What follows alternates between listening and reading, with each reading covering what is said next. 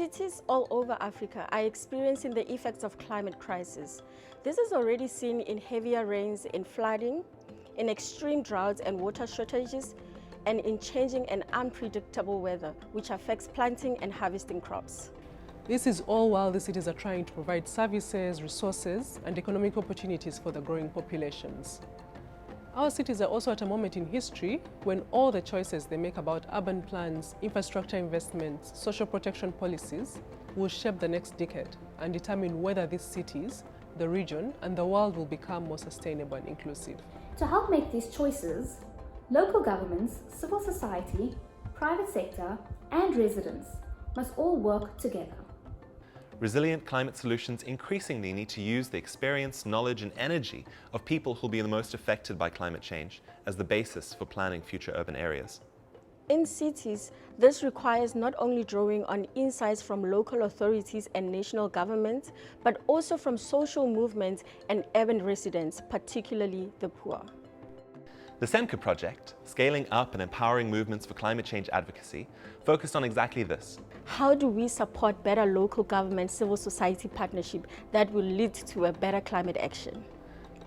The SEMCA project aimed to identify innovative mechanisms to foster strong and effective collaboration between people-powered civil society groups and their local governments.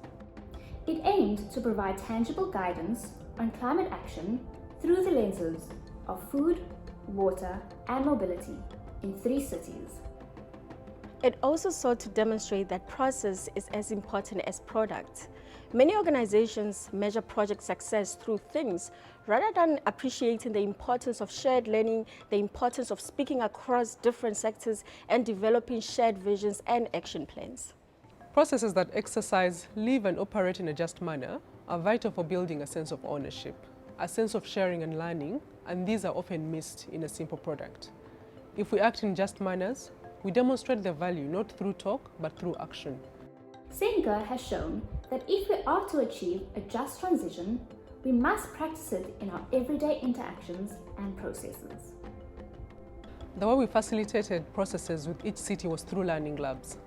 Learning labs are a great entry point because they are not once-off interactions, but recognize that they need multiple moments to reinforce learning and to deepen discussion and shared understanding. They explicitly allow for and encourage experimentation for problem solving. They create space for multi-level dialogue and engagement across sectors, and here they are supporting dialogue as opposed to directing it. Most importantly, they are neutral platforms, needed to manage power dynamics between different actors. And finally, they can support in developing practical knowledge and skills that all participants can take forward in their own ways. In Lagos, we focused on sustainable urban mobility, particularly last-mile connectivity and non-motorized transport, such as walking and cycling. In Kisumu, we focused on food systems, working with the Kisumu Local Interaction Platform to develop a process document for establishing a multi-stakeholder forum for climate action and promoting circular food systems in the county.